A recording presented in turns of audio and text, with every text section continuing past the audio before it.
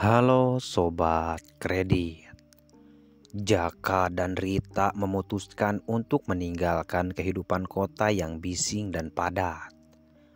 Setelah beberapa tahun menabung, mereka akhirnya membeli sebidang tanah di tepi perbukitan yang tenang, jauh dari keramaian. Dengan penuh semangat, mereka mulai membangun rumah impian mereka tanpa meminta saran dari siapapun, termasuk orang pintar atau paranormal yang mungkin bisa memberikan mereka nasihat. Rumah itu dibangun dengan gaya minimalis modern, dan begitu selesai, Jaka dan Rita merasa puas. Mereka berharap bisa menikmati ketenangan baru mereka. Namun, tidak lama setelah mereka mulai menghuni rumah tersebut, suasana damai yang mereka harapkan mulai berubah menjadi sesuatu yang mencekam. Pada malam pertama mereka di rumah baru, Rita terbangun dari tidurnya oleh suara aneh. Suara itu terdengar seperti sesuatu yang sedang ngacak-ngacak perabotan di ruang tamu. Dia membangunkan Jaka, tetapi ketika mereka berdua memeriksa, tidak ada yang terlihat tidak beres. Perabotan di ruang tamu tampak seperti semula, dan suara itu tiba-tiba menghilang. Mereka berpikir mungkin hanya halusinasi akibat kelelahan. Malam kedua, suara itu kembali terdengar, lebih keras dan lebih mengganggu. Jaka memutuskan untuk memeriksa secara lebih mendetail. Dia memeriksa setiap ruangan dan memastikan semua kunci dan jendela terkunci rapat. Kembali lagi, tidak ada yang terlihat berubah. Semua perabotan tetap di tempatnya. Tidak ada yang terganggu. Rita mulai merasa cemas. Tetapi Jaka berusaha menenangkan istrinya dan mengatakan bahwa mungkin suara itu hanya berasal dari struktur rumah yang masih baru dan belum stabil. Namun, pada malam ketiga membawa perubahan yang lebih menakutkan. Ketika tengah malam, mereka mendengar suara geraman misterius yang datang dari sebelah kamar tidur mereka. Suara itu terdengar seperti sesuatu yang besar dan menakutkan. Rita menggigil ketakutan dan Jaka segera mencoba mencari sumber suara tersebut. Dia membuka pintu kamar tidur yang memeriksa area di luar, tetapi tidak ada apa-apa. Geraman itu mulai berhenti, tetapi ketenangan yang kembali terasa sangat menakutkan. Pagi harinya, mereka memeriksa setiap ruangan dan perabotan dengan seksama, namun tidak ada yang berubah. Semua perabotan berada di tempat yang sama, dan tidak ada tanda-tanda kerusakan atau gangguan. Namun, ketenangan semua itu tidak menghilangkan rasa tidak nyaman yang mereka rasakan. Seiring berjalannya waktu, teror malam demi malam semakin parah. Suara mengacak-ngacak perabotan dan geraman misterius terus menghantui mereka. Jaka dan Rita mulai merasa tidak nyaman di rumah baru mereka. Mereka mulai meragukan keputusan mereka untuk pindah ke perbukitan itu tanpa meminta bantuan atau nasihat.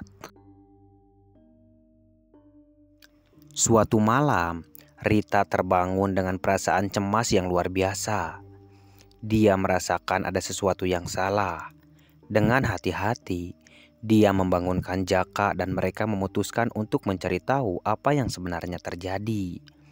Mereka berdua memeriksa setiap sudut rumah, memeriksa setiap suara dan gerakan yang aneh. Namun, tetap tidak ada yang bisa mereka temukan. Sampai pada akhirnya, Rita menemukan sesuatu yang membuatnya membeku ketakutan. Di bawah salah satu lantai rumah, terdapat sebuah simbol aneh yang dibuat dengan tinta merah. Simbol itu tidak dikenal dan tampaknya seperti sesuatu yang tidak manusiawi. Rita memanggil Jaka untuk melihat simbol itu, dan mereka berdua merasa sangat tertekan. Mereka memutuskan untuk mencari bantuan dari seorang ahli. Namun ketidakpastian dan ketegangan yang mereka alami membuat mereka semakin merasakan terperangkap dalam kegelapan rumah baru mereka. Setelah menemukan simbol misterius di bawah lantai, Jaka dan Rita merasa semakin tertekan. Mereka mencoba tidur, tetapi ketenangan malam selalu dipecahkan oleh suara-suara aneh dan geraman yang mengerikan.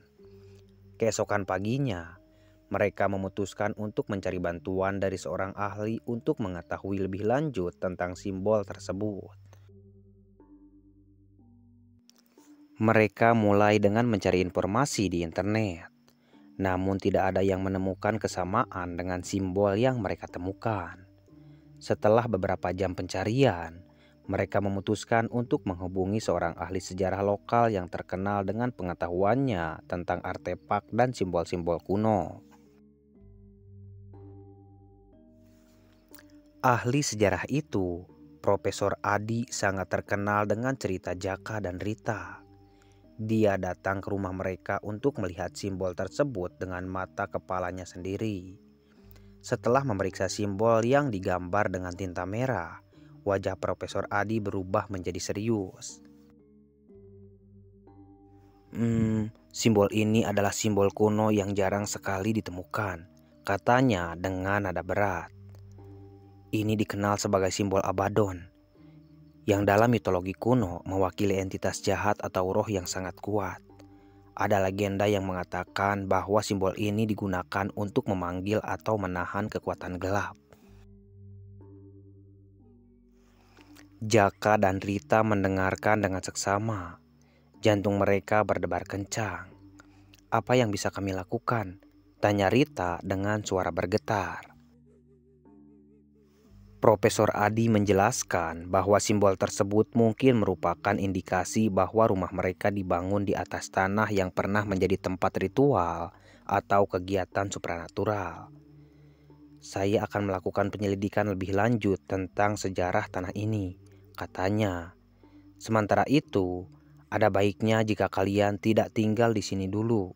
Tinggalkan rumah ini dan cari tempat lain untuk sementara waktu." Mereka mengikuti saran Profesor Adi dan pindah ke hotel terdekat. Malam itu, mereka berharap bisa tidur nyenyak tanpa gangguan. Namun ketenangan tetap sulit mereka capai.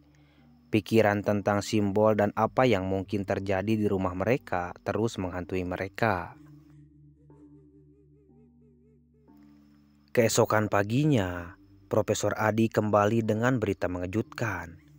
"Saya menemukan catatan tentang tanah ini. Ternyata pada abad ke-19 ada sebuah kelompok yang melakukan ritual di sini. Mereka percaya bahwa dengan memanggil entitas jahat, mereka bisa memperoleh kekuatan luar biasa. Namun, ritus mereka gagal dan menyebabkan kematian tragis dari banyak anggota kelompoknya." Mendengar hal itu, Jaka dan Rita merasa semakin ketakutan. Mereka kembali ke rumah untuk mengambil barang-barang penting mereka, diikuti oleh Profesor Adi yang ingin melakukan pemeriksaan lebih lanjut. Saat mereka memasuki rumah, suasana terasa lebih mencekam daripada sebelumnya. Suara-suara aneh dan geraman semakin sering terdengar, seolah-olah sesuatu di dalam rumah tersebut semakin marah. Jaka memutuskan untuk memeriksa lebih jauh dan menemukan pintu yang sebelumnya tersembunyi di bawah tangga. Pintu itu tampak seperti pintu ke ruang yang tidak pernah mereka lihat sebelumnya. Dengan hati-hati, Jaka membuka pintu tersebut dan menemukan sebuah ruang kecil yang penuh dengan barang-barang aneh. Lilin-lilin hitam, buku-buku tua dengan tulisan-tulisan asing, dan sebuah patung yang menyeramkan. Di dinding ruang itu terdapat lukisan-lukisan yang menggambarkan ritual gelap. Profesor Adi memeriksa barang-barang tersebut dan menjelaskan bahwa ini adalah barang-barang yang digunakan dalam ritual pemanggilan entitas jahat. Ruangan ini mungkin adalah pusat dari semua kegiatan yang terjadi di sini, dan entitas itu mungkin masih terjebak atau tinggal di sini. Jaka dan Rita merasa semakin tertekan. Mereka tahu bahwa mereka tidak bisa tinggal di rumah tersebut lagi. Mereka memutuskan untuk mengikuti saran Profesor Adi dan meninggalkan rumah tersebut dengan segera mungkin. Namun, saat mereka mulai mengemas barang-barang mereka, suara-suara aneh dan geraman semakin menjadi-jadi, seolah-olah entitas tersebut tidak ingin mereka pergi.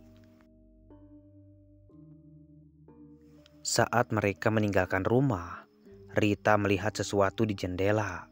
Di luar, di antara pepohonan di perbukitan, tampak sosok bayangan hitam berdiri menatap mereka dengan tatapan kosong. Sosok itu menghilang saat dia berusaha melihat lebih dekat. Jaka dan Rita akhirnya berhasil keluar dari rumah tersebut dan pergi ke tempat yang lebih aman. Mereka merasa lega karena akhirnya bisa menjauh dari teror yang mereka alami. Namun, perasaan ketakutan dan kecemasan masih menghantui mereka. Mereka bertekad untuk melanjutkan pencarian mereka ke jawaban yang memastikan bahwa entitas jahat di rumah perbukitan itu tidak akan pernah mengganggu mereka lagi. Kisah Jaka dan Rita berlanjut dengan mereka mencari cara untuk mengusir entitas jahat dari rumah itu dan memastikan agar mereka bisa kembali hidup dengan tenang.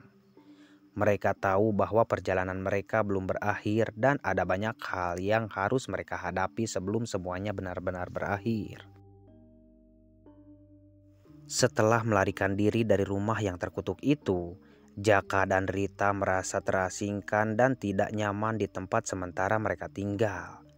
Pikiran tentang entitas jahat yang mungkin masih terperangkap di rumah mereka mengganggu ketenangan mereka setiap saat. Mereka tahu mereka harus menemukan cara untuk mengusir kekuatan gelap tersebut sebelum kembali ke rumah mereka, atau resiko teror akan terus menghantui mereka. Profesor Adi yang tetap berkomitmen untuk membantu mereka, memperkenalkan mereka kepada seorang pendeta bernama Bapak Yanuar, yang memiliki reputasi dalam pengusiran roh jahat. Pendeta ini memiliki pengetahuan mendalam tentang ritual dan upacara pengusiran, serta pengalaman dengan berbagai entitas supranatural. Setelah berbicara dengan Pak Yanuar dan menjelaskan situasi mereka, pendeta itu setuju untuk membantu mereka. Dia memberitahu Jaka dan Rita bahwa proses pengusiran akan memerlukan persiapan yang matang dan beberapa bahan ritual khusus. Bapak Yanuar meminta untuk mengumpulkan beberapa barang seperti air suci, dupa, dan beberapa benda yang diyakini memiliki kekuatan perlindungan. Selama beberapa hari berikutnya, Jaka dan Rita mengumpulkan semua perlengkapan yang diminta dan mengikuti instruksi Bapak Yanuar dengan seksama. Mereka merasa cemas namun penuh harapan bahwa ritual ini akan berhasil dan mereka bisa kembali ke rumah dengan aman. Pada malam hari ritual, Bapak Yanuar tiba di rumah bersama dengan Jaka dan Rita. Ruangan-ruangan di rumah itu terasa dingin dan gelap. Dan suara-suara aneh mulai terdengar lagi, seolah-olah entitas tersebut tahu apa yang akan terjadi dan berusaha menghalangi mereka. Dengan penuh hikmat, Bapak Yanuar mulai melaksanakan ritual. Dia menyalakan dupa dan mengucapkan doa-doa dalam bahasa kuno, mengelilingi ruangan dengan air suci sambil memubuhkan tanda salib di setiap sudut. Jaka dan Rita berdiri di sampingnya, mencoba menenangkan diri meskipun rasa ketegangan semakin memuncak. Ketika Bapak Yanuar mulai membaca doa-doa pengusiran dengan suara yang semakin keras dan penuh otoritas, atmosfer di ruangan mulai berubah. Suara bergema dan kerusakan perabotan yang sebelumnya terdengar semakin sering, kini mereda, digantikan oleh ketenangan yang tidak biasa.